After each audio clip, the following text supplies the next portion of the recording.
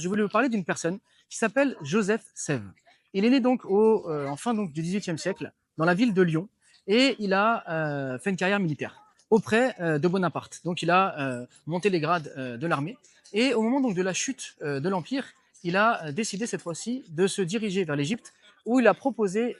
au sultan ottoman donc, qui gérait l'Égypte à l'époque, Mohamed Ali, s'il pouvait donc se mettre à son service. Et c'est ainsi donc qu'il s'est mis à son service, qu'il s'est enrôlé dans l'armée et qu'il a commencé à monter en grade dans l'armée. Alors notre homme, Joseph Sèvres, qui s'est enrôlé dans l'armée égyptienne, a monté, comme on l'a dit, les grades. Et en 1821, il a décidé de se convertir à l'islam. Il s'est fait appeler à partir de ce jour-là Suleiman el-Faransi. Et on le surnomme Suleiman Pacha. C'est-à-dire que lorsqu'on se rend en Égypte, il y a donc un mausolée en son honneur, Suleiman Pacha. Sauf que la plupart des gens qui vont là-bas, que ce soit les Égyptiens, les Français et autres, ils n'imaginent pas que cet homme est un Français originaire de Lyon, qui s'appelait donc Joseph Sèvres, qui a intégré donc l'armée égyptienne et qui a monté en grade jusqu'à devenir une personne importante, puisque c'est lui qui a révolutionné, réorganisé l'armée égyptienne selon justement les critères donc de l'armée napoléonienne et qui est devenu ce Suleiman Pacha el-Faransi.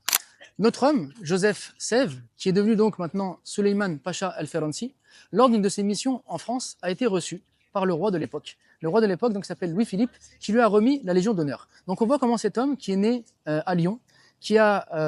participé, on va dire, aux expéditions donc de Bonaparte, qui a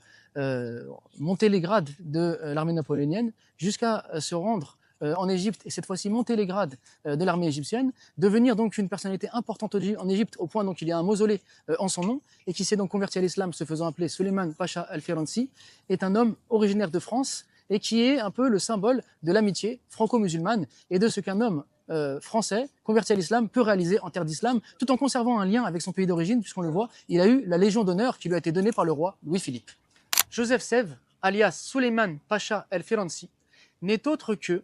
l'arrière-grand-père du dernier roi d'Égypte, le roi Farouk. Ce roi Farouk qui est connu pour avoir, entre autres, libéré Abdelkrim Khattabi, qui était assigné à résidence à La Réunion, et lors d'un transfert vers la France, lors de son escale au Caire, il l'a fait libérer et il lui a permis, avec d'autres grandes figures donc, de l'histoire musulmane, de participer au mouvement d'indépendance de leur pays. Donc ce roi Farouk n'est autre qu'un descendant d'un Français, à savoir Joseph Sèvres, qui se faisait appeler Suleiman Pacha el-Faransi et qui a marqué l'histoire de l'Égypte, mais également l'histoire de France, puisqu'il avait la Légion d'honneur et qu'il était une grande figure de l'armée de Napoléon.